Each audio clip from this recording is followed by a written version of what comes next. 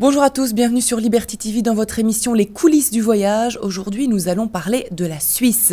J'ai le plaisir de recevoir sur ce plateau Monsieur Angelo Braserol, qui est le directeur de Suisse Tourisme. Bonjour. Bonjour madame. Merci beaucoup d'être avec nous. Alors nous allons parler de ce petit pays où il y a tant de choses à faire, qui n'est pas si loin finalement de la Belgique ou de la France. Le thème pour les vacances d'hiver cette année, c'est vacances, relaxation, régénération. Alors pourquoi avoir choisi ce thème ? Donc en Suisse, il y a plein de choses à faire en hiver. Et comme ça, pour pas toujours parler du ski, c'est très important quand même. On voulait faire quelque chose d'autre, faire des autres promotions. Et comme ça, Suisse Tourisme a sélectionné les plus beaux itinéraires randonnées en Suisse. Il y en a beaucoup, mais on a sélectionné les 36 plus beaux.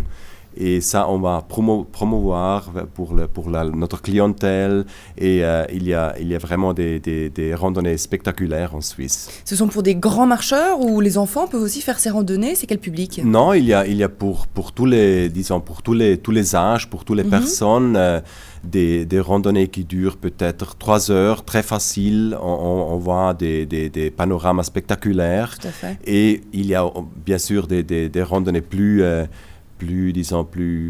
difficile à faire, mais quand même il y a pour les jeunes, pour les familles, pour les vieux, il y a pour tout le monde. Pour tout le monde, tout à fait. Alors parmi ces 36 randonnées, enfin parmi toutes les randonnées, il y en a une qui se passe la nuit, c'est plutôt insolite ça. Oui, c'est une promenade nocturne en Suisse orientale, dans le canton d'Appenzell.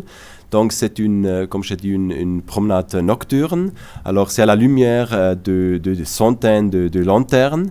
On va arriver dans un endroit très beau en canton d'Appenzell. Et c'est une chose particulière, cette promenade nocturne. Finalement, ce sont plus des promenades, on va dire, nature, plutôt que vraiment culturelles ou pour voir du patrimoine. Oui, bien sûr, on peut combiner les deux choses. C'est naturellement en pleine campagne ou dans les montagnes, mais on peut s'arrêter peut-être pour voir un musée, c'est tout près des villes même, pour faire une excursion. Comme ça, on peut toucher des points d'intérêt très différents. Voilà, tout à fait. Ouais. Ça, c'est vraiment une particularité de la Suisse, on pourrait dire, puisqu'il y a la majorité des personnes qui y vont pour skier, mais il faut dire que tout est très, très, très proche. Donc, si on veut aller voir une exposition, il y a des facilités d'accès. On peut vraiment combiner le ski le matin ou l'après-midi, et alors voir des expositions l'après-midi, par exemple. Oui, c'est une chose très particulière. La Suisse est un pays très petit. Alors comme ça, on peut faire la combination. On peut faire du ski naturellement ou faire des promenades, mais on peut, disons, pendant une journée visiter Zurich par exemple. Là, il y a une exposition Paul Gauguin jusqu'au 20 janvier. On peut combiner ça. On peut être à Bâle, Edgar Degas, une exposition comme ça. On peut combiner un séjour en pleine montagne, avec le programme culturel dans les villes suisses. C'est tout près. Et en Suisse, on a 4 cultures. Donc, les Suisses allemands, la partie française de la Suisse, italien et romanche. Comme ça, c'est très multiculturel, un peu comme en Belgique. Voilà, tout à fait. Alors, il y a un service garanti assez particulier que proposent certaines stations. C'est le slow ski. Ça veut dire que pour les débutants, on peut skier sans s'arrêter, en fait, tout le temps de façon douce, on va pas dire lente, mais calme en tout cas. Oui, en fait, il y a cette, disons, promotion slow ski. Donc, il s'agit de quelques stations de ski comme Zermatt, par exemple, ou Saint-Moritz, où on trouve des pistes qui ont une garantie qu'on ne peut pas aller trop vite sur les pistes. Donc, c'est une descente très tranquille. Et comme ça, c'est pour les gens qui n'aiment pas ne comptent pas la vitesse. C'est plutôt relax et aussi voir le panorama comme ça. Et ça s'appelle slow ski. Et c'est une chose assez nouvelle dans certaines stations de ski en Suisse. Tout à fait. Mais alors pour ceux qui veulent de la vitesse, qui veulent du hors-piste, ça existe aussi, j'imagine. Ah oui, bien sûr. Il y a plus ça que l'autre. Non, il y a pour tout le monde des pistes difficiles, faciles, familles, jeunes. Donc comme ça, il y a vraiment un choix infini, disons, en Suisse. Tout à fait. Alors, ce qui a le vent en poupe, on peut dire un peu partout dans tous les pays, dans toutes les villes, c'est la gastronomie. En Suisse, on n'y coupe pas puisqu'il y a un festival gourmand. Oui, c'est ça.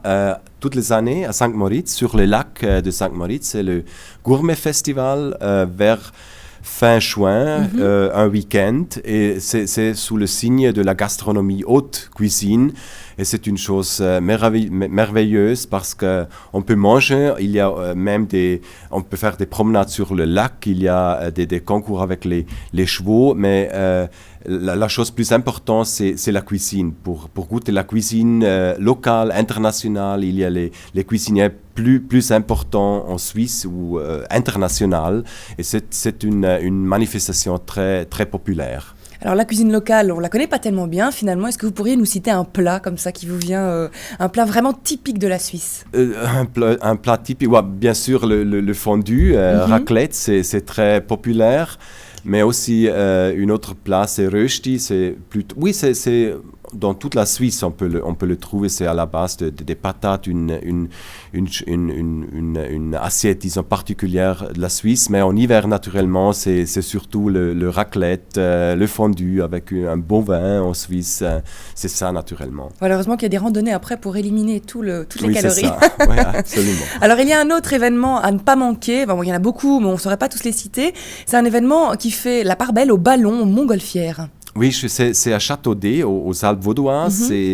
C'est une manifestation, c'est la 35e édition. Pendant 9 jours, à Châteaudet, vers fin janvier, il y a cette manifestation. On peut voir 8 tonnes de montgolfières de 18 pays. C'est un spectacle vraiment spécial. Avec beaucoup de couleurs et c'est vraiment, le ciel c'est plein de montgolfières et ça c'est pendant 9 jours à Châteaudet. Alors, une autre nouvelle insolite, finalement on va dire qu'il n'y a que ça en Suisse, mais il y a beaucoup de choses, en tout cas vous innovez beaucoup, c'est dans le Valais, il y a possibilité de passer derrière le décor et de passer toute une journée en fait avec une équipe qui s'occupe de tout ce qui est technique. Oui, c'est ça. Au Valais, la région du Valais, Aletsch, c'est la région précisément, et là, on peut voir pendant une journée suivre le travail d'une patrouille des pistes. Qu'est-ce qu'il fait, la responsabilité, qu'est-ce qu'il faut faire pour la sécurité. Et c'est une chose très particulière, et ça vient offert à Aletsch, disons Betmeralb, Briederalb, les localités dans la région de l'Aletsch. Disons, voir derrière les coulisses d'une patrouille des pistes. On peut dire finalement qu'il y a beaucoup de choses qui sont mises en place pour faciliter les accès, pour promouvoir des activités avec les enfants, etc. Il y a vraiment une volonté de la part de l'Office du tourisme, j'imagine, de promouvoir un maximum la saison hivernale. Oui, c'est ça. Il y a plein de localités qui font des promotions particulières pour les familles, par exemple, à Savonine, au Grison, les familles. C'est une localité qui a le label Famille Bienvenue. Et là, on peut, disons, les familles, ils payent rien pour les ski pass et même pour la location d'équipement pour les enfants jusqu'à 10 ans. Alors c'est gratuit pour les familles, c'est une chose particulière. Ou à Darosa, aussi au Grison, les jeunes jusqu'à 18 ans, ils payent rien pour un cours de ski ou de snowboard. C'est gratuit pour les jeunes. Il faut rester 2 nuits et à partir de 2 nuits, c'est gratuit un cours de ski. Alors quand on pense à la Suisse, on se dit que c'est évidemment les pistes de ski, la fondue, la neige, etc. On en a parlé. Ouais. Mais ça ne dure pas toute l'année, la saison hivernale. Non, c'est vrai. Donc, la neige est arrivée très tôt cette année, au mois d'octobre, par exemple. C'est trop tôt. Normalement, ça serait mieux au mois de novembre, disons, moitié novembre. Et oui, la saison hivernale dure jusqu'à la fin après après Pâques, disons, fin avril. Ça dépend un peu de la localité, de l'altitude des localités. Mais en Suisse, une autre chose, on trouve 29 localités de ski qui se trouvent au-dessus de 2800 mètres. Alors, c'est un record d'Europe, disons, en ce qui concerne la moyenne d'altitude des stations de ski. Et comme ça, en Suisse, disons, le neige on a la sécurité qu'on trouve de la neige. Bien sûr, il y a des autres stations plus bas, mais quand même, il y a une grande quantité des stations très, très élevées. Ouais. Et comment vit la Suisse en été? Au ralenti alors? Donc ensuite, en été, on peut faire pratiquement la même chose qu'en fin d'hiver. On peut le faire à pied, on peut découvrir les montagnes avec les randonnées, oui, bien sûr, aller au vélo, disons. Il y a plein de possibilités avec les trains panoramiques. Par exemple, le Glacier Express de Saint-Moritz à Zermatt, c'est une excursion très, très particulière. À travers les montagnes. Et comme ça, même en été, on peut combiner les randonnées avec le programme culturel dans les villes. Comme ça, il y a plein de choses à faire. Voilà, tout à fait. La Suisse, c'est maintenant que ça se passe. En tout cas, si vous voulez y aller en hiver, il y a un site internet sur lequel vous pouvez retrouver toutes les informations. C'est myswitzerlands.com. Et alors, pour les randonniers, il y a également une application iPhone qui a été développée. Oui, c'est ça. Donc, c'est Winter Hike, Swiss Winter Hike. C'est une application, c'est une chose très nouvelle. On peut le décharger de notre site internet. C'est gratuit et on trouve tous les randonnées, les plus beaux randonnées en Suisse. Eh bien voilà, en tout cas, tout ce que vous voulez savoir se trouve sur ce site internet qui s'affiche en ce moment au bas de votre écran. Merci beaucoup, Monsieur Brazerol, d'avoir été avec nous. Et puis, bonne saison en Suisse. En tout cas, on espère que vous aurez encore beaucoup de neige tout au long de cette saison hivernale. Merci à vous de nous avoir suivis. Très bonne suite de programmes sur Liberty TV.